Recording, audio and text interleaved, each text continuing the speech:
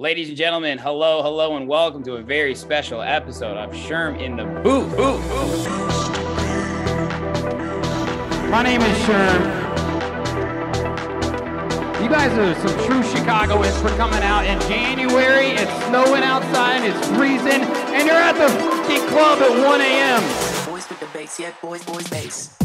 Who am I talking to right now? You're famous. Free food, free drinks, music, girls, let's go. Do you like it? Cool. If you don't, goodbye.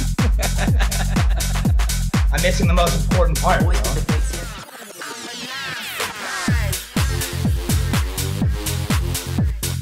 yeah. We should throw like a crazy bar mitzvah party. This is crazy. Semi-stems, I finished it. Hey, what's up, guys? How's everyone doing? Just wait, you know it kicks in like 3 to 5 seconds afterward. Yo, what's good, everyone, and welcome back to another brand new episode of Sherm in the Booth. I'm, of course, your host, Sherm, and today is Wednesday, June 28th, 2023, and this is episode 220. I am so excited to share this episode because this was recorded live with an audience in Chicago with my boy, Kaysin. Nick was in town for his debut headline show at Primary Nightclub, and we've been trying to make this happen for a while now, and we were so glad the timing lined up. Now, this is Kaysin's second time on Sherm in the Booth, so welcome to the Two Timers Club, my guy. And we had to talk about what he's been doing over the past 2 years, including some of his biggest tracks, like his collab with Dillon Nathaniel called Can't Miss, which has recently been supported by Fisher, playing EDC Las Vegas, and of course, we took a deep dive into his role at Repopulate Mars as A&R and talked about their expansion with their second sub-label, North of Neptune, and how everything's been going for the #1 selling tech house label on Beatport. Since this was in front of a live audience, we had to do a Q&A section, and it was really fun and extremely valuable. I'm super excited for you guys to hear that as well.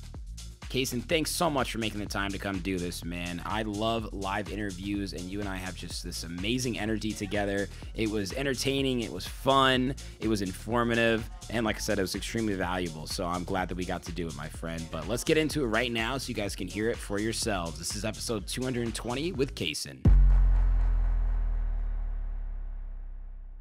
Nick Summers, aka Kaysin, we're here right now in Chicago, Illinois. It is great to be here with you, my man, the day before your debut Chicago show at Primary. How does it feel to be in the home of house music, brother? Feels great. Really happy to be here. Excited to be here for the first time to play. And yeah, it should be great. Love it. It's awesome. You know, you're actually about, Max, what is it? You think it's like half a mile from the warehouse where house music was founded, where Frankie Knuckles used to play? Really? Yep. Wow. It is now a law office. I don't know if you guys saw this, but we had to all sign a petition for it not to be... Did you know this, or did you Google it? I Googled it a long time ago. Yeah.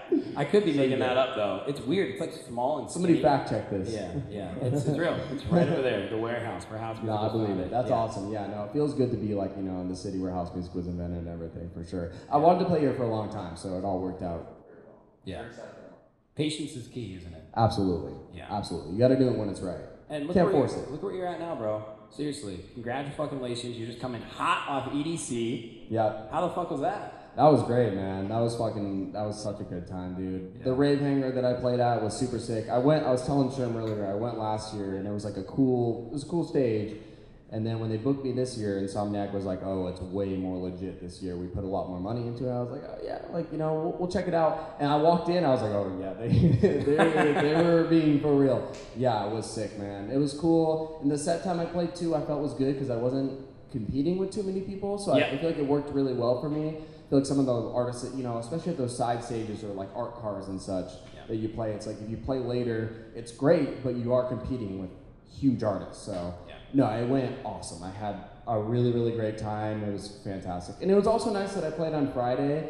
Kind of nice, like got it out of the way right off the bat. Didn't have to really think about it and then just had fun for the rest of the weekend. So that was always, that's great. Dude, anytime it's like a Sunday festival gig or like 1 a.m. and I've been waiting on it for like 14 hours. Gremlin mode, yeah, you come, it's the worst. Yeah, right when I start playing, I start fucking drinking though. Yeah.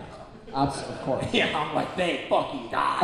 My USB works. I thought it did not work. I got 16 USBs on me these days after fucking Screams comments the other day. Did you see that on Twitter? No. What's up with Twitter these days? God, what happened chill, everybody. What happened with Scream?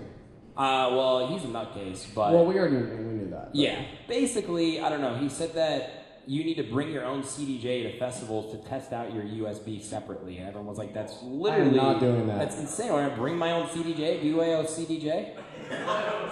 I mean, also, we all have money like Scream to just do that. I'm not bringing no CDJ. Yeah, and the king of Twitter, Lucati, really called him out. yeah, there we go. That was good. Drama in the tech house world. The T.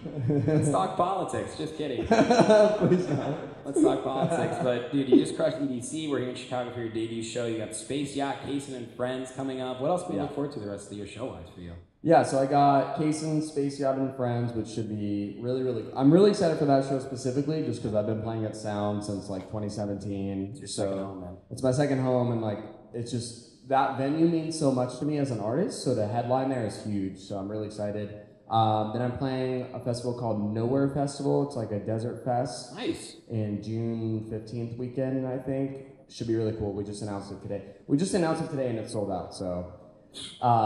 yeah, but it should be fun. I'll let you guys know how it goes. And then I'm playing Space Yacht, the 360 show at Area 15, which should be dope. And it's like the 360, they do it in the portal room, so it has visuals on all three sides, which is super sick. Fuck yeah. And then I'm playing Day Trip Festival after that.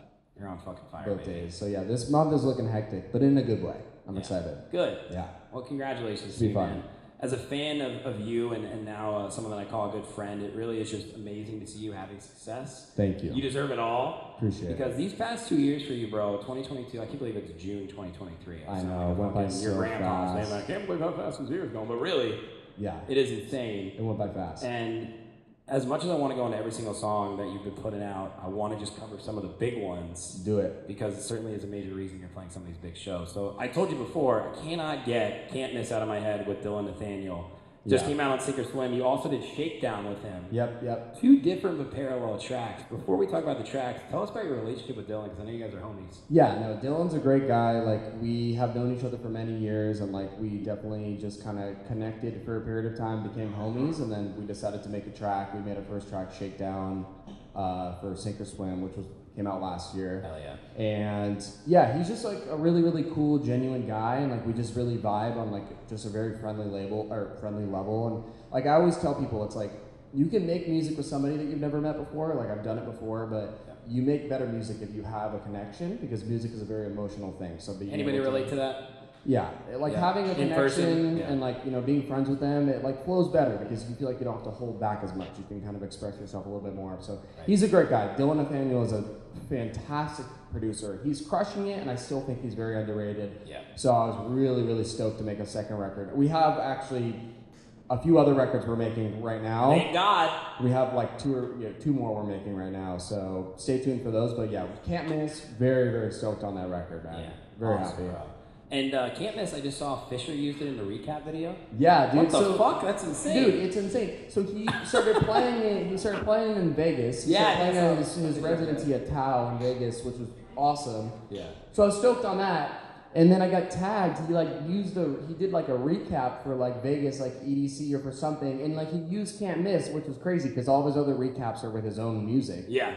And Can't Miss didn't even come out on his label. So I was like, what? Okay, Fisher. I was like, what the hell? And then it was cool. I like was messaging with one of his somebody down in his management, and they're like, oh yeah, he's been playing it literally all over the place. We're gonna send you videos. So stoked. I don't know how he discovered the track, but like, obviously when Fish is playing your track, like you're doing something right. So absolutely stoked on that. Yeah. That's one of those that's like he's playing your track, but to him to actually use it in a recap video. That's a new type of win, like. Yeah, for sure. We were pretty surprised by that too. Like, because I was like, I would think he'd use his own tracks or maybe something that he signed on his label, but super stoked. It's humbling, of course, absolutely. Very cool. Shout out Fisher. That's Thank you. Shout out Fisher. Thanks for watching. Nothing needs a shout out. Yeah, shout out. That guy. There's a new up and comer Fisher. You guys should check him out. Check him out. Check him out. That's hilarious, bro. And shout out to Sink or Swim. That's a fucking incredible label. Definitely great label. My dream labels. Shout out Sink or Swim here. Shout out Freak, the whole team. I mean, they're a great label to work with. Like, they crush it. So definitely send them demos. Hell yeah. Send them demos. And we're going to get around to also A&R. I know a lot of you guys are here about that, but focuses A&R. focuses on Kaysin real quick, and everyone's thinking like, why don't you sign my track, Sherm to Kaysin? That's how Max talks internally. That's why he's got his sunglasses on right now. Oh, these two guys, I'm gonna corner these guys. Kidding. Now, we are in Chicago, so I'd be remiss if I didn't mention Anthony Atala's Incorrect Records. Yep. New place with Eyes Everywhere, and I feel like Eyes Everywhere, you mentioned them earlier, those are like low-key some of the most talented guys in the game. They're fantastic producers. Yeah. So good. We made 2 tracks. The first one Night, came out on Sid's label. Second one, New Place. How about that one? And we're going to make more music, absolutely. Okay. They're fantastic producers, and that New Place record is like still to this day probably my favorite track I've ever put out. Yeah. And yeah, shout out Anthony Atala, Incorrect, obviously iconic label, so consistent. Yeah. Especially this year. I mean, they've always put out great records, but Incorrect have really stepped it up, I think. Mm-hmm. And I just played their party in Miami, and it was a great time. Which was fucking You pulled up too, yeah, that was popping. Yeah, I arrived there at like 9:30, being like, all right, we'll be out at 11. I was there till fucking 2:45. Yep. Oh yeah. Yep, that shit was fucking Atala. And that guy, he's a fucking nutcase, I'm telling you. And he's a friend, so I can say that. But he literally is running the event himself. No, absolutely. But he does it so well. Like I said to Kaysin when he got off the stage, I go, how good is that DJ booth? He goes, fucking immaculate. Yeah, it was sick. No, absolutely. They put on a great show, man. I was super stoked on that. I actually played again that night on the terrace, on the outside area. Oh, did you? I played 2 sets. How late were you there? I was there till like 3. I played 2 to 3 outside, and then I went to Afterlife. Miami, man. Jesus, Miami. Scary. I'm still tired. I don't know if I've recovered. I don't know if I ever will, but... No. We all share one brain cell, right? Yeah, we all do. Love it, brother. I need it tonight, though. Tonight and tomorrow, once again, Kaysin at Primary. Use promo code SITB to get $5 I guess off. you need it tonight because of your show. But give it back to me after the show because I need it tomorrow night. Okay, that's fine. Okay, we can you work, can use actually we'll SITB a promo code like all the time, anywhere, and it'll work. Check it out. Check it out. It may not stand for Sherman the Booth though. Love it, bro. Okay, next up, Thrive. Keep Me Waiting. Now, the reason I want to bring this up, of course, Thrive has just been an incredible label for artists to build their careers on. You look at some of the biggest ones, of course, Craze, Do It To It. Which, by the way, who thinks it's pronounced A Craze? I think it's All Craze. It's a Craze. It's All Craze. His manager Alex said All Craze. He said All Craze. I said All Craze too because I saw in an interview. A Craze has a little ring to it that I like. I kind of like A Craze more, and that's what I was saying. But then his manager, because I play direct support for All Craze, depending on what we want to do. Not feel weird, but and he said it was All Craze, so I don't know. We'll never know. We'll figure it out eventually. All Craze or A Craze, if you're watching this, just let us know. Please.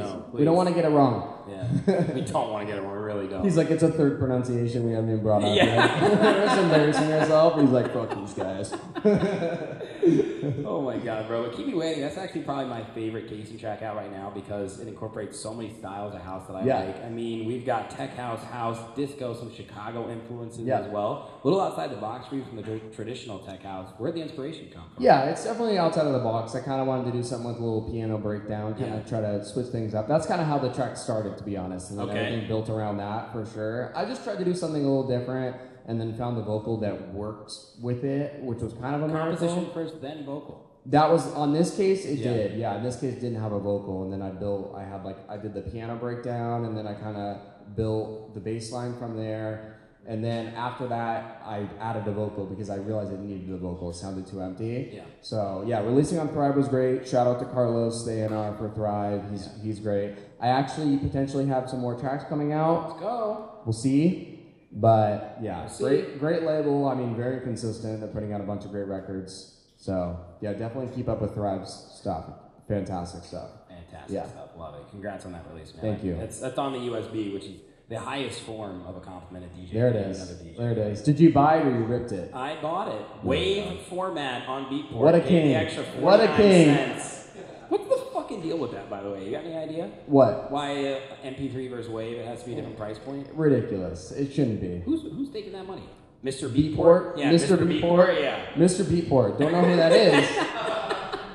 don't know who that is, but Mr. Beatport and Mrs. Beatport are taking it. No, they're divorced for sure. Oh, but I mean, they're getting the residuals either way. Well, maybe they never got married, but they're together.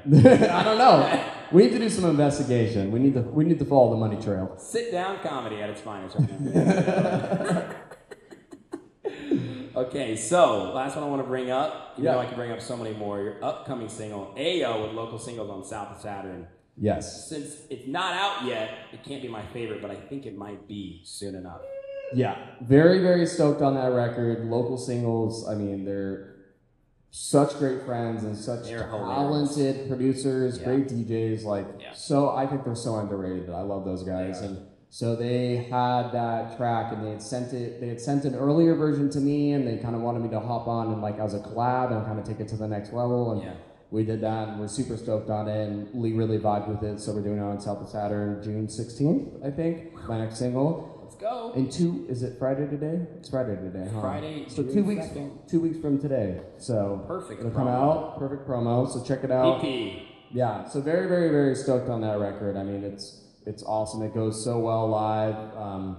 Sid just played it at EDC in both of his sets, which I thought was cool. He played it, he played it Circuit Grounds, and he played Stereo Bloom, and he called me up, and I played it with him at Stereo Bloom, which was really cool. Wow. Yeah, that was sick. Fuck, how was that? That was so sick. Because I saw him, and he was like, oh, I just played it at Circuit Grounds. I didn't go to that set. Not because I didn't want to go, but I just went and, you know how it's EDC. Of course. I was like, oh, man, I blew it. He's like, oh, don't worry, I'm going to probably play it at Stereo Bloom. And he did, and he called me up, and that was a sick moment, because it's Stereo Bloom, and there was, lots of people there. That's fucking It was sick. dope. Yeah, but it's a great record. Very, very stoked on it. And very excited to release that line. Good for you. Yeah, it's cool. The best is yet to come from Kaysin. Let's give him a quick round of applause again, guys. Thank you. Better go to the show tomorrow, though. Can you whistle like that? Who whistled? This guy's got some talent. I can't do that. I always wish I could do that. I can't do it. I can fucking whistle. I can whistle. I can't do it. Yeah. I can't do it. The next song should be the whistle. And it's me trying to whistle. That'd be embarrassing. I would not put that one on my USB. Hey, all right, guys, got some new music. You should whistle on the mic tonight. You gonna get on the mic at all? The things I've said on the mic at Soundbar, bro. Try to whistle on the mic. I will. All right. Challenge accepted. You can inhale whistle. That's kind of nice. An Indiana whistle? Is that what you called it? No, I said you can inhale whistle. An inhale whistle. No, like something. Oh, he said Indiana whistle. I was like, what the hell is that? And I'm from Indiana. I was like, I thought I knew it all. Yeah. He's like, hold on, I'm from there. Yeah. I know what that is. Hold on a second, sir. He's quickly Googling on his tablet. Yeah. Indiana whistle. What is this? Yeah. What is the Indiana whistle? What's an Indiana whistle? It's a fucked up category on Pornhub is what it is. I'll check that out later. Yeah. I'm checking it out right now, actually. Yeah. You do not want to see what's on his screen right now. You do not want to It's see what's on my explicit. screen right now. Explicit. Weird stuff. Sit down, comedy. So, one of the main reasons we're here today is to talk about Repopulate Mars. I'm just going to read some numbers off really quick. Number 1 label in Tech House on Beatport, and number 7 overall. Holy fucking fuck. That's incredible. And Thank you. What's so incredible about that, everybody here, I think almost every single person is a DJ has bought music from Beatport. This is not hyped it, this is not SoundCloud, this is me saying I'm fucking purchasing this track at a high quality level and I'm gonna put and play, and I think that just speaks numbers. So give a round of applause for Repopulate Mars and Nick and Lee and everybody involved. Whole team, shout out to the whole team. So team cool. effort. So cool, man. And like you, the past 2 years for Repopulate has been insane. Insane. I mean, just to name a few of the biggest releases, you talked about Sid and Will K, of course, with that one's a fucking great record. So good. So Sid good. and Joshua, How We Do, of course. Mal P, Drugs from Amsterdam. Probably, I said biggest tech house track of 2022, but I think it might have been one of the top 3 biggest, period. I would agree with that, for sure. Did you remember the moment you heard that demo and you're like, oh God? Yes. Oh, I remember it, because Lee got it first directly from Malpe, because he had been talking to the team, and then he showed me the track, and he's like, yeah, this is from this guy Maurice West, blah, blah, blah, he has a new project. I heard it, and I was blown away. Yeah. I was like, this is one of the best tech house songs I've ever heard. Yeah. I was shocked. I listened to it 10 times in a row the first time I heard it. Literally on repeat. I was like, am I hearing things? Yeah. So I knew it was we all knew it was going to be big, but we didn't know that it was going to get to the length, to the heights that it did. For sure. Yeah. Master sign, bro. Such a good track. And really showcasing the label's range here. Hugo West End and Kumbi Africa with Aguila. Great track. Great record. Matroda, Be My Love, Wax Motif, Traga. And that doesn't even include a lot of the smaller artists that you guys have signed, like To Be Honest, Ralph, King Topher, tons of other people, right? So I think one of the best things about Repopulate is while you have these incredible names, right, and some of the biggest producers in the world, you also equally give opportunity to up-and-coming producers, and I respect that. Absolutely. I mean, so many labels, they care so much about, streams, monthly listeners, TikTok followers, all that stuff. And I'm not knocking any other label. Like, you run your label how you want to do it. Yeah. For us, if the music's good, period. We don't really care. I mean, Ben Hemsley's first record ever came out on Repopulate Mars. Did it really? Ben Hemsley's debut came on Repopulate Mars. So it's like... Obviously, he's a musical genius, so that's like a rare example. But I would say, just like in general, just like we're not scared to sign smaller artists that we already know is not going to stream as well or not going to do as well. But like we don't think about it in those terms. Like you know what I mean? If it's good, it's good. We don't really care, and like we want small artists to know that they can sign with us. It's not out of reach. Absolutely. It can happen, absolutely. So I think our discography speaks for it too. It's not all heavy hitters. I mean, we got people who have very low monthly listeners and they've released on Repopulate Mars. It's no problem. Yeah, and on the hood politics side of things, it's so rewarding finding someone and I Absolutely. can't even fucking find them on Spotify. I'm like, bro, Absolutely send your Spotify. I have no idea who you are, where you are. Yeah. But they're amazing and there's so much talent out there. Talent's talent, period. It's not all about everything else. Completely agree, bro. I believe that actually probably some of the best music producers aren't even artists officially. You know what I mean? Like I have a friend who's an incredible piano player. I have a friend who's an absolutely electric jazz saxophonist. But they're not like trying to be DJs. Right. You know what I mean? But I think to myself like, wow, if I had your talent. You know what I mean? Right, exactly. But that's kind of what you would do with it. That's the beautiful thing about music is I believe it might be a different timeline for everybody, but like good music always finds a way. Absolutely. It does. I agree with that 100%. Yeah. Absolutely. And if you can have it all, you can have it all. But that's kind of the world we're in today. And I wanted to ask you about that. 2023, the tech house scene is like the biggest it's ever fucking been. I mean, look at lineups these days, right? It is insane. It's dominating. It's dominating. It's dominating. And as someone who has been with Repopulate since the beginning, which has always been a tech house label, and as an artist as well, what have been some of the major things that you've seen shift? Maybe even thinking about the COVID virus and everything like that too. Yeah, so with tech house specifically, I mean, people always talk about certain genres like future bass and stuff, like, oh, the bubbles burst, like, it blew up and then it, whatever. I don't worry about that kind of thing happening with tech house because there's so many subgenres of tech house. There's so many branches of tech house. You got the more in-your-face, mainstream kind of stuff like Fisher, etc. Not knocking that at all, but that's, whatever. Then you got the kind of the Clooney stuff. You got the more minimal stuff that's still tech house. I think tech house has branched off into so many different veins, which I think is awesome because it really diversifies the genre and allows these different lineups. Like one tech house lineup you'll see at like DC 10 and Ibiza, and then you have another tech house lineup somewhere in America. They're both tech house, but they're so different. And I think that really is going to help the longevity of the genre a lot. So I think that's been the biggest thing, the branching off into different subgenres of tech house. I think is awesome, and I really I love it. I think it's great. It's super exciting for me as someone who's always loved house music. I remember, I think it was probably 4 or 5 years ago or something, my brother, who's like, the average Indiana guy, was like, I'm driving to St. Louis to see Mala. I'm like, are you really? Mala's in St. Louis? Like, there's a demand for Mala and you're driving from fucking middle of nowhere, Indiana? He's like, fuck yeah, Mala's sick. I'm like, okay, this is good news. And then now when I just played a college party at U of I, and I was like, do you like house? And they loved house. They loved it. Yeah. They loved it. It's so big in colleges and stuff. It's funny because I went to UCSB and back when I went to school, 2014 to 2016 at UCSB, I was one of the only house DJs at the time playing just like the parties and stuff. I'm not trying to put myself on a pedestal or anything like that. I just think it's really cool now because I know the scene at UCSB now and so many people are playing tech house. I do think it's just so cool how big the genre has gotten in that way. And how I don't look at it in a way like, oh, it's mainstream in a bad way. I like it. I think it's everybody can eat. There's so many things. It diversifies so much. So it's really cool. Yeah, That's awesome. I agree, and a lot of people have their techno elitist side of them, or maybe it is them, and I'm like, you need to fucking chill. No, but, absolutely. They're like, I don't like that David Guetta plays tech house, and I'm like, I love that. Anybody can play anything. It's about being a DJ. Who cares? Yeah, like I'm actually. John Summit plays dubstep sometimes. A lot of the time, like a lot of the time. There's no rules to this shit. That's like the point I'm trying to make here. You know? No, absolutely. Everybody thinks you need to be boxed in, especially with a live set. There shouldn't. And breaking out of the box expands everything, and it helps everybody. I really think it like kind of expands all the genres when people break out of the box like that. I think it's great. Absolutely. Yeah.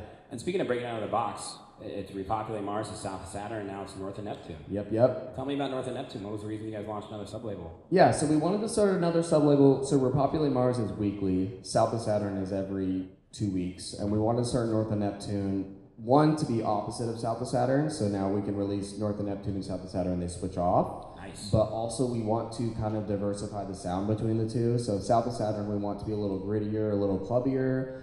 And then North of Neptune, we want to be a little funkier, a little happier. Okay. That's, we don't have set rules. You're going to hear releases that break what I just said many times. But, like, that's kind of what we want to do. And then Repopulate Mars, we want to be the best of both styles. So, like, just the best of the best out of the two. So, yeah, we just wanted the opportunity to be able to release 2 releases every week. And that kind of gives us an outlet to do that. And, like, to also kind of diversify and kind of put a little bit more of a stake into what these labels, like, actually sound like. For sure. Yeah. Now, what's going to happen when you guys run out of planets, though? Out of planets? Yeah. How many planets are there? There's, 8 or 9 planets, right? Yeah. Because Pluto's not a planet anymore. Is it 8? Is it 9? 8? It's 8 because it was 9. It was 9. Oh, okay. It's 8. So when we run out of planets, I don't know. It's gonna be a big problem now. When we run out of planets, we're gonna have to figure something out. Maybe we'll have to switch to the moons. There's a lot of moons. That's true. Doesn't Saturn have a lot of moons? Titan? Is Titan a moon? That's sick. Tech House from Titan? Tech House Just Titan. came up with that right Tech there. House from Titan. Don't worry, that's not something I'm thinking about. I just came up with that. Man. Titan? Like, there's moons. We got moons. We got moons. There's plenty of planets out there. There's plenty of planets out there. I've seen Interstellar. Yeah, we'll figure it out. Yeah, there's a lot. We can go to another solar system if we need to.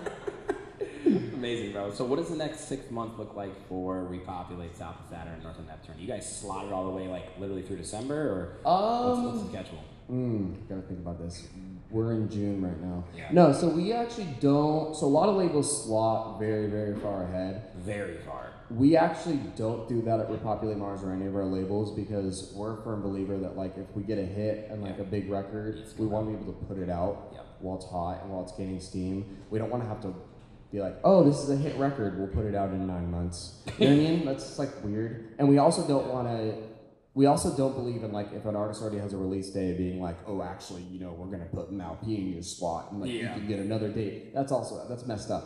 Even if it's a small artist, I don't like doing that. Right. So we actually don't schedule out far. We're, like, in late August right now. Okay. Early September. Yeah. So we actually don't schedule out far for a reason. Even if we sign you, we won't always give you a date sometimes, which, will make you wait a little bit. But, like, we do it, there's a reason behind it. And also at the same time, we want Repopulate Mars is releasing at the same time as South of Saturn and North of Neptune every week. So we want to make sure that the releases that are happening the same week are different enough. Yeah. So, like, South of Saturn and Repopulate Mars, we want to make sure the releases are not too similar of, like, a tech house, driver. Yeah. We want to make sure they're different because we want people to be, like, listening to both of them and we don't want them to compete against each other. I love that. So that's kind of our strategy with it. So we're not that far out. Yeah. You know what I mean? Every label has its own strategy. I'm not knocking any labels. Just us personally, we don't like to get, like, 3 or 4 months ahead. No, I completely agree. Yeah. You never That's know. just how we rock it. Yeah. Well, if you think about it from a producer's perspective, you could have a fucking dry streak for so long. And then all of a sudden you just find inspiration and it's the best track ever and it's a perfect fit for this label, then everybody needs to make it work. Absolutely. Because some labels are, like, out. Like, so I'll hear some labels are, like, a year out. That's crazy. You don't even know what the sound's going to be like in a year. You know what I mean? You can, like, sign, like, a great record, but, like, in a year, I think that's silly. You can do what you want to do with your own label, but I personally think that's a little silly. What's your unfiltered opinion on compilations from a label's perspective and also from an artist's perspective? Compilations, I think, were great. I think they've lost as much of the appeal that they had. I think with streaming kind of took away a lot of like, you know, the appeal that they had. So we don't really want to do compilations anymore, especially because streaming is so important nowadays. Yeah. It kind of like the people who are lower on the compilation, it kind of leaves them out for sure. Yeah. So we more so want to do like smaller package deals. The last time we did that was actually I released on it. Yeah. In August. Right. Was I released on it Sam Blackie and Left Wing and Cody. Right. So just 3 Summer tracks. jams, right? Yeah. Yeah, summer jams. Just like 3 tracks. So we want to stick to just little 3 or 4 track little. Black Book does a great job. Shout out Chris Lake, the Black Book team. They do a great job with that. They do little 3 or 4 track mini compilation samplers, which I really think is. I think that's the way that a lot of the labels are moving right now. For sure. When Tool Room drops like their 60 track compilation. It's just, I mean, Maxwell, you guys are on Tool Room, right? Like, you guys were on one of those compilations, right? What are they called again? Club? House Party or something like that? Right. Yeah, a lot of them get a lot of the records get lost. You know, like we've done big compilations so many times. We're at our labels. We're not doing them anymore. We want to just do little 4, maybe 5 track samplers. Yeah, we just released an 8-track compilation today that I really had to like dwindle down, and I was like, fuck, like getting it lower. But also, I think the cool thing about a compilation from a label's perspective, on the other side of that coin, is you can tell a story. Like ours is called Summer of Love, right? Right. So it's like, these are tracks that I believe like are just some summer hits, make you in the right mood and things like that. So it's like an album comprised of the label style. But I know from an artist perspective, you're like, I don't want to release on a compilation. I'm not going to get the attention, right? Streaming is a really important aspect of that too. Absolutely, yeah. It's just changed so much with like streaming, especially like, you know, with Spotify and those things. You can only pitch like the first record really anyways. So like, it's like difficult to do those big compilations. So I think a lot of the industry is getting away from the big compilations. I think that they had their merit, you know, when they were popular, but I think right now it's kind of dwindling down for sure. How do you guys look at Spotify, the great fucking big old beast that is Spotify? I mean, yeah, that's like one of our main sources of income, so. Yeah, see? Income. So like it's a huge factor of it. Yeah, it's like, you know, Spotify is definitely our main breadwinner right now. I mean, it was Beatport for us for a while. Yeah. Beatport's like, it's still up there. It's probably like second, you know, because especially with Repopulate Mars, like we release so many tracks that DJs want to play, which is great. Of course. But yeah, I mean, Spotify is definitely a big breadwinner. I mean, I'm sure Spotify is big for hood politics as well. I fucking hate Spotify. Yeah. I mean, I understand it. We have, you know, it's a necessary evil. Yeah, we have our qualms with it, of course, but like, you know, it's kind of part of it. It's where we make our money. Yeah, absolutely. Who here uses Apple Music? I actually use Spotify and I have both. You do? I have both just because I work in the music industry. You're so rich, bro. I'm on 2 family plans, so I really can. Not with my actual families. Hopefully, Spotify and Apple Music are listening to this, but it's with my friends, not my real family. So I have both, but I just also want Apple Music because I want to I check all of our releases at the labels, make sure everything's, you know. Absolutely. But I use Spotify mostly. Well, I think it's better out of the 2. From a user Spotify perspective, is way better. From a user perspective. From a podcaster's perspective, Spotify is way better now too. Obviously, royalties, Apple Music does pay more than Spotify, but yeah. I mean, as an artist, you're going to make more money from Spotify because you get more streams, even at a lower royalty rate. I mean, that's just how it is. That's how it goes. Yeah. I mean, like I said, Spotify, YouTube, Instagram, Twitter, TikTok, these are all different forms of social media and different forms of income, different audiences. And I know who here, as an artist, is maybe not a fan of TikTok, putting themselves out there on it. It's like, they in the whole room. I'm not even huge. I use it, but like, I'm not even, you know, I'm not a huge fan of it. Because I don't know. Well, I mean, there's the double-edged sword. Look at somebody like Disco Lines, right? Yeah. He released a track that is literally 1 minute and 36 seconds long. Is it the baby? Everybody knows it, right? Of course. Motherfuckers on world tour, for God's sake, you know? And I'm like, God damn it! I mean, yeah. I'm not jealous, but I'm just like, I'm jealous. You sound a little jealous. He's a little jealous. Look at him. Jealous. But I understand it. I respect it. Yeah. The point that I'm trying to get to on it is know your audience, know your platform. Don't For sure. feel like you have to force yourself to put yourself out there. I think it's important to have a presence. Yeah. But some people do really well on YouTube. Some people do really well on Instagram, on TikTok. Yeah. So I mean, as an artist, like, there's so many artists I know especially a lot of mid-tier artists who are kind of like, they hate social media and like, you know what I mean? It sucks a lot of the times feeling like you have to post and create content around your releases. Like, it's not fun, but like, the thing is, like, unless you're a huge artist where you can just pay somebody to do that for you, like, you gotta be willing to play the game. You know, until you get to that point where you can have somebody who can just do it for you, you gotta be willing to play the game. And sometimes playing the game includes doing things that you don't want to do. And sometimes that's social media for some people. I don't mind it as much. I've also run social media for like labels and artists before, so it's a little different for me, but like a lot of artists don't like it, and I get it. I really get it. I do. Creating content sucks. I know a lot of times. I get it, but like it's a necessary evil a lot of the times, and like you really can't build a big fan base that way. No, you can't. You can't. And that's a really good point, Nick. Like, you have to think about, all right, what am I good at? What do I like doing? Yeah. So I always think about, like, if I'm a music producer, how can I just put that content out there? Am I doing a class? Am I doing a video recording, talking through it? If I am a really good DJ, am I just doing these quick videos of me mixing and stuff like that? Yeah. Whatever your thing is, whatever makes you you, and if you can't find that out, then you need to stop and think about what is it that makes me as an artist. Right. You got to figure it out. Hone in on that. And fucking lean into it. And lean into it as much as you can. Like, you did a good job with obviously the whole Sherman the Booth and everything like that. Yeah, that was my thing. Yeah, it's great. It's like very well known too. So it's like, And I can't believe that. This is episode 220. Damn. Shout out to Sherman right now. Let's give him a round of applause. Made it. I also have access to 3 pools in my life right now in Chicago. How cool is that? Rich, man. Damn. This guy's made of money. I also have Spotify and Apple Music as well. So you gotta Uber Black to the venue tonight or what? Absolutely. I'm not paying for that. Love it, bro. Okay, we got some time for Q&A, guys. Does anyone have any questions for either of us or one of us? Vilo? What's your favorite demo that's not out yet? What's our favorite demo that's not out yet? Both of you. That's signed or that's being considered? Oh, that's signed. Ooh. That's good. That's much easier. I was like, that's you go first because I gotta think about it. Yeah, otherwise I feel like you feel entrapped. Yeah. There's this track by this Filipino guy. Philippines people make fucking bangers, by the way. You guys didn't know that. I don't know what the hell they're doing over there, but Jesus Christ. This guy named Cajun and Dobby made this track called Get Up, and it's like a really cool songs. Yeah, that's fair. I'm gonna play it tonight, so come to Soundbar. But it's like this really cool disco, and it goes into a very minimal groove. But he sent us a video of Marco Carolla and Beatty playing in space, and I was like, you gotta be fucking kidding me.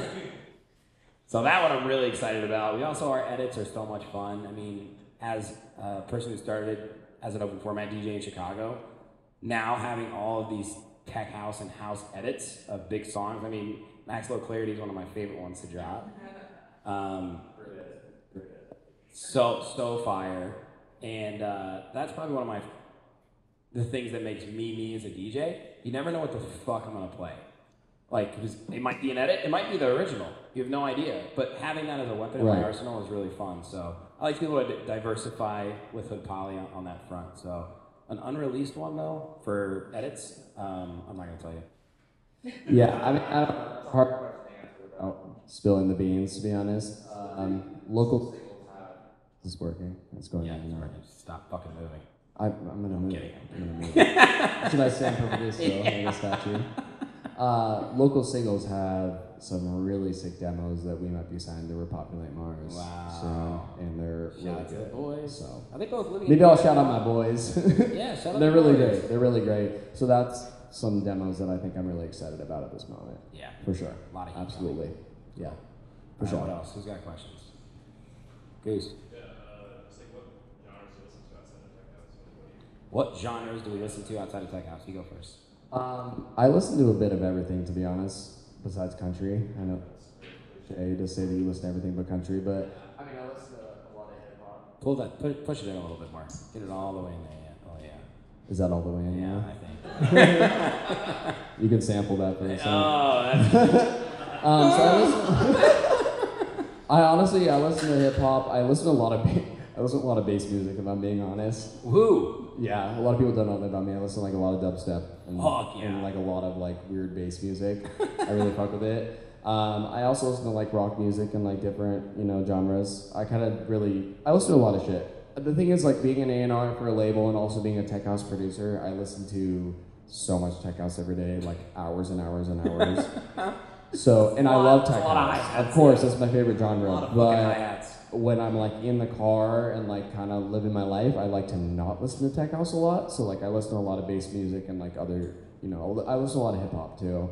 Rock music, even like weird, I like weird stuff too. And I also like kind of like more like low key, like some of Fortet stuff. Just like that kind of like, you know, like more that kind of stuff is cool. Yeah. What about you? So I listen to a lot of different shit. I actually don't really listen to tech house in my free time. Ooh. I do, but he doesn't love it. I used to fire him. Dude, I like I said, just so many fucking hi-hats. It's just insane sometimes. We love the hi-hats. Yeah, I'm just like, oh god, stop using the cashmere sample pack. It's good hi-hats, but I've heard it too much. I absolutely love Motown. Love Motown. Stevie Wonder, Luther Vandross, just I could see the that old about school you. blues stuff. I love cooking, and I just cook, and I put on oldies playlist, and it's great. Nice. Really enjoy that. Okay. It's the glory days. I also have a deep, profound affinity for Travis Scott. I was at Astroworld, actually. Ooh, uh-oh. Yeah, so I was there. He lived to tell the tale. Yeah, I'm all right. I'm all right. But You good? Yeah, I'm good. I'm all right. We didn't even know what happened. We were like, oh, Kanye canceled and ended early. That's literally what we thought. Literally. Well. Yeah, good question, though. We'll go Max. We'll come around. So a lot of people in the music industry want to die by, oh, you sampled this, but it's part of this, like a popular song. Yeah. So there's no way we can sign it. Repopulate does a great job working with that. Basically, like, how does that work in terms of like, I don't know, like with record labels? I don't know if you guys sign like reusing samples, Max, or something? Like, for example, I'll send a song to a certain label, like, oh, you're using Mariah Carey sample, so we can't sign it because right.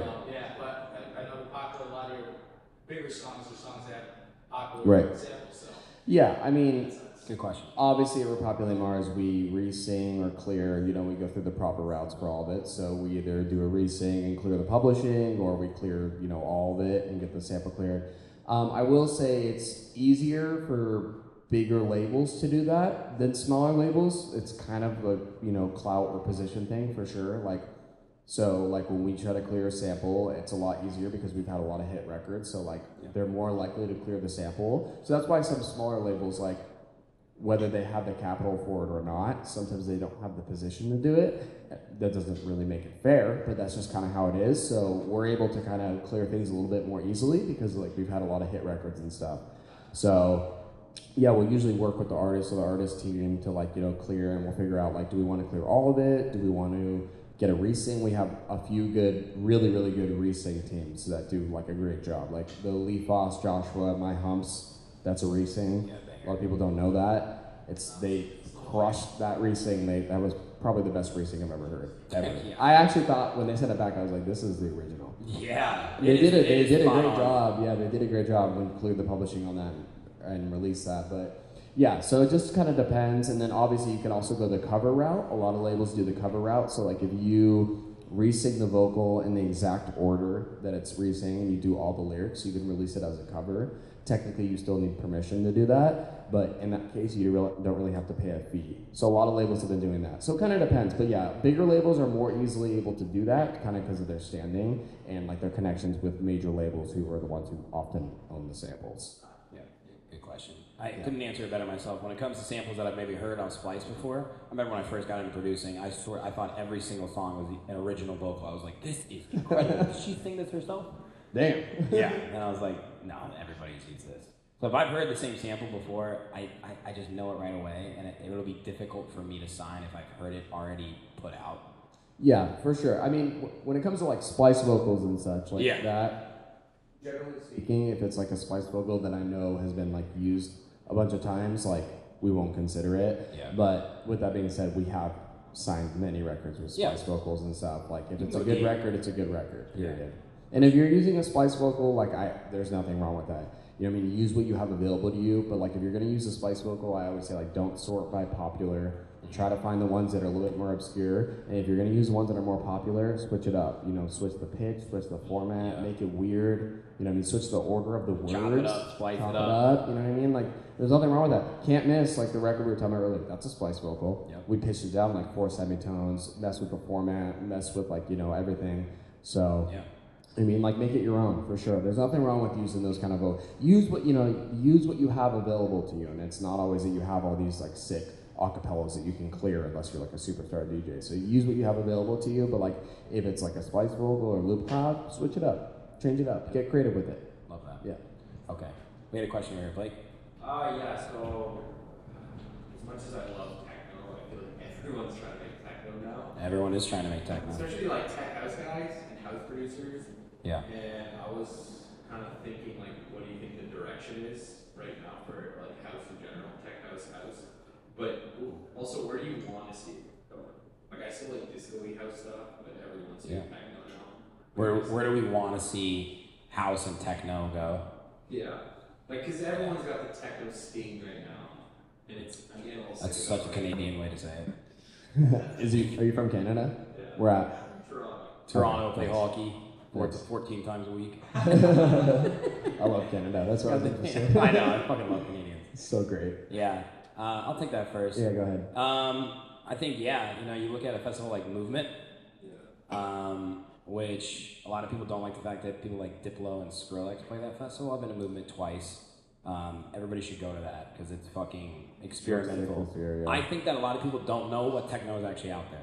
I think everyone assumes that Charlotte DeWitt is the only big techno artist. They know there's Carl Cox and shit like that. Right. But there's a guy like named DJ Nobu that is like fucking insane, and you go to a lot of these festivals where you may not know some of those people, and I would encourage listeners to go out there because those guys are not the ones getting streams. So they're not the ones that are big on Instagram or big on Spotify and stuff. I just think there's a lot of unknown out there, and Nick made a great parallel earlier about how like there's no rules to it. So something might be defined as techno on Beatport, but it's not actually techno. You know what I mean?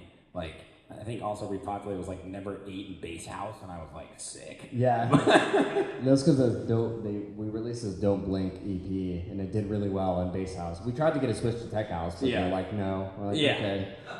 So I think it's just a lot of unknown. Where do I think it's going? I think that people are going to continue to get more and more creative. People that really get into it get inspired, and I think that they draw from inspiration.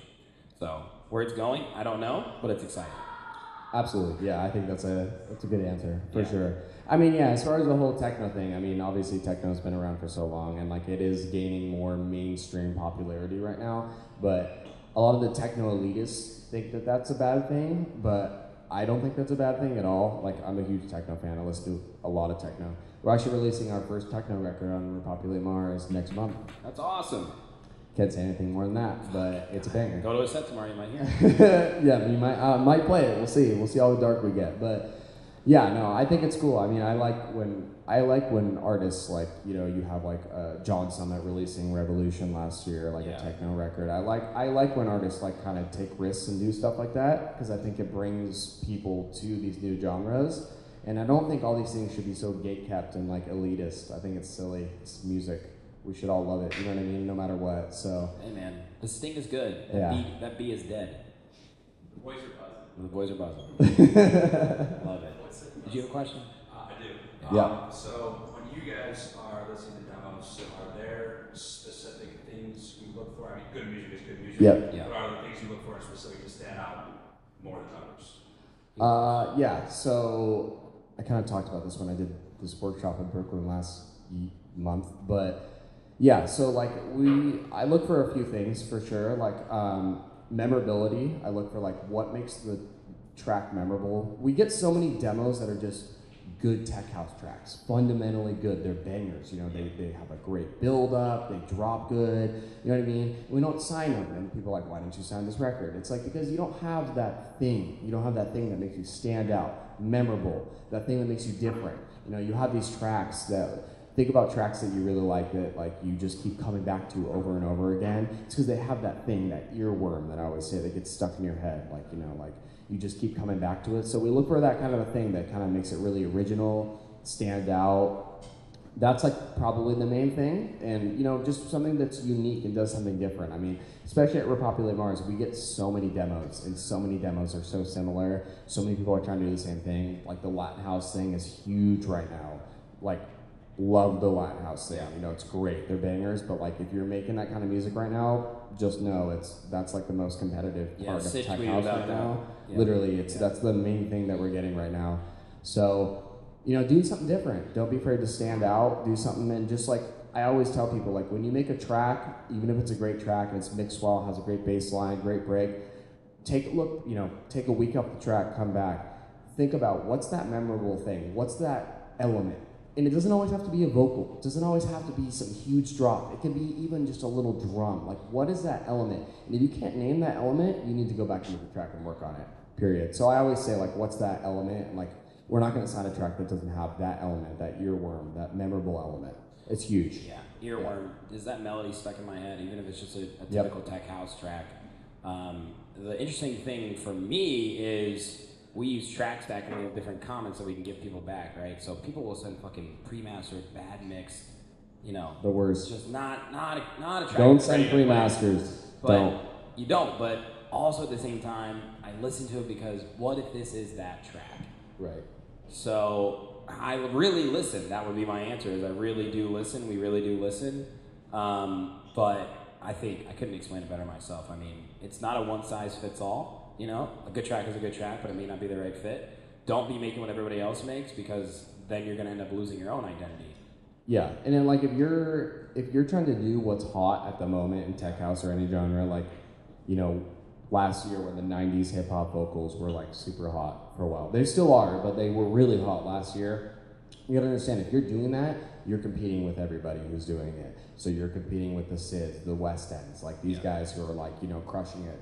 There's nothing wrong with competing with those guys, you know, always compete. But like, I always say, like, when everybody goes right, go left. You know, switch it up. Don't be afraid to do something different. Like, a lot of the best records we've signed is because we got sent something that really kind of took us by surprise. And it wasn't like everything else that stuck out in the demo box. Especially somebody like me who listens to so many demos for Repopulate Mars.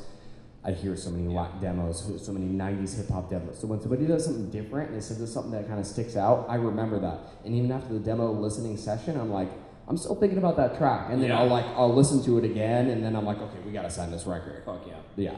Perfect. Absolutely. Okay, we got time for like 2 more. Go ahead. When you're producing, what are like some ways that you find to increase your efficiency when producing? Yeah. Whether it's when you open a blank canvas or if you use like a reference track, like what are some things that you find? Efficiency when producing. Great question. Go ahead. Do you want me to go first? Yeah, you go first. I would say lean into your strong points. You know, lean into the stuff that you think that your strongest points are, for sure. Like, if you think that you're really good at making drums or bass lines or whatever it is, lean into that to kind of get the structure for the track first. I would say if you kind of tackle the things that are most difficult first, sometimes it can get you a little discouraged. I know personally, me as a music producer, I'm really good at bass lines and drums. Leads and vocals. Leads are my part that I think is my weak point, personally, as a music producer. I'm trying to get better at it. But that, for me, I usually lead to the end because I feel a little better knowing that I have such a good structure of a track already, and then I can kind of tackle the leads at the end. So that's me personally. Lean into the stuff you know that you can do and you can do well first, because that's going to kind of get your confidence up for the rest of the track, and then kind of focus on the stuff maybe you can't do as well at the end, because it's going to fall better into place at the end. That's my opinion on it. Yeah, for sure. I always like to just throw any old loop groove on there just to feel it right away. And you know, you mentioned making a track and then the vocal. Right. Sometimes I will literally just like start with a vocal and then remove that vocal, right? And then I just have this really unique composition that in my head started as a remix, because like I love remixes just as a fan of the music. Right. So like Nick said, I'm always trying to like hone in on what I love most about it. So you can just build up and then take away. And I try and not do too much at once. Some guys produce for fucking 8 hours straight. I can't do that. I can't do that. I can't. My ears hurt. I can't. I'm not hearing it right anymore. I always like walking away from your track and coming back to it is like the number one thing that I recommend to music producers. Yeah. It's like a fucking game changer when making music. Like when I finish a track, I will if I'm like, oh, this track is done, I will not listen to the track for a week or sometimes even 2 weeks. And I'll come back on fresh ears. Yeah. You will be surprised about the stuff that you're like, oh, I can change this. Oh, this is not right. Like whatever. I finished up a track before EDC, didn't play it at EDC, didn't even think about it at EDC, came back after hearing all this music, made so many changes. And I'm so glad I did. Like, you know what I mean? And so like walking away from your track and coming back with fresh ears is huge. Like it's a game changer. Yeah. For sure. Completely agree. Yeah. Vila, you have one? Well, we'll go right here. Go to. I just wanted to ask both of you guys, like, how do you guys want to find it and also work towards becoming in the position you guys are now, like, especially like A&R and Repopulate, right? You're at Repopulate, so it's like what steps did you guys take that you would recommend to just like any peer out there, like basically straight? Yeah, I mean, for Hood Politics, I had DJ Susan on Sherman the Booth, and we just had a connection. Yeah. And we both became friends, and I think, I'm sure what he's going to say is just like finding that circle of people that you trust. Yeah. And you have to put yourself out there, which can be tough to do as a producer, as a creative. Sometimes most people, our relationship with music is how we get to know people, right? So when it came to Hood Poly, it didn't originally start as me being an A&R. I didn't even know that I was actually going to be good at it or like it. But I realized that A&R is a lot more than just signing demos. Yeah. It's seeing the possibility where a track and an artist could go. Mm-hmm. And that's a huge passion for me, is like believing in someone and knowing what they're capable of, and that could be substituted with a track. So I think it made sense for Hood Poly because we take a lot of fucking chances on music, and that's exciting for me. So I'm able to like push myself and others around me at the same time. Yeah. Yeah. I mean, yeah, mine was kind of unique as well, I would say. Like, I went on group cruise, I want to say, when I was like 20 or 21. And Jesus. Yeah, and I like met Lee Foss was one of the headliners, and like he was just playing, and I had like a pass where I could go back behind the booth, so I went back behind the booth, and then he finished his set, and I was like, oh, that was a great set. We vibed out, just became friends. We were just partying together. Then the next group cruise, I actually got booked on group cruise. I was like the smallest support act. I was 21. This was 7 years ago, and we just vibed out again. I convinced him to come to my set, which was really cool. It was actually kind of funny because he was getting a lot more attention than I was at my own set. You're like, oh my God, Lee Foss is here. I'm like, I'm DJing. By the way, guys, I'm DJing here. But no, we just vibed out and just, you know, we stayed up the whole time and we're just partying, just talking about life and music, spirituality, all that. And he was like, I just started a new label, Repopulate Mars. He had just started it. It was on the like third release. And he's like, I'm looking for somebody like you who's young and hungry who wants to help me run it. And that's how it happened. So it's always like, it's not like, I don't know, people always ask like, how did you get that job? Like whatever. It's not like I just applied for the job or like whatever. I kind of got it in a weird way, I would say, but putting yourself, I got it in a genuine way, but like putting yourself out there is huge. You know, like if I never approached Lee Foss, I was a huge fan. If I never approached Lee Foss and went behind the decks and like talked to him, that never would have happened. But I was like, you know what, fuck it. What do I have to lose? Worst case scenario, it's weird and like I seem like a fan and then I walk away and then it's fine. You know what I mean? So I was like, I put myself out there and now this has like been my job and like it's Repopulate Mars. Obviously, I love the label and it's given me so many opportunities. So yeah, just put yourself out there. You know what I mean? Do the things that you think are weird or uncomfortable. You know, growth starts where your comfort zone ends. I always say. So just do it. Do it. Fucking do it. Put yourself out there. All right, that's all we got time for. It's 9:10. Make some noise for fucking Kaysin, ladies and gentlemen.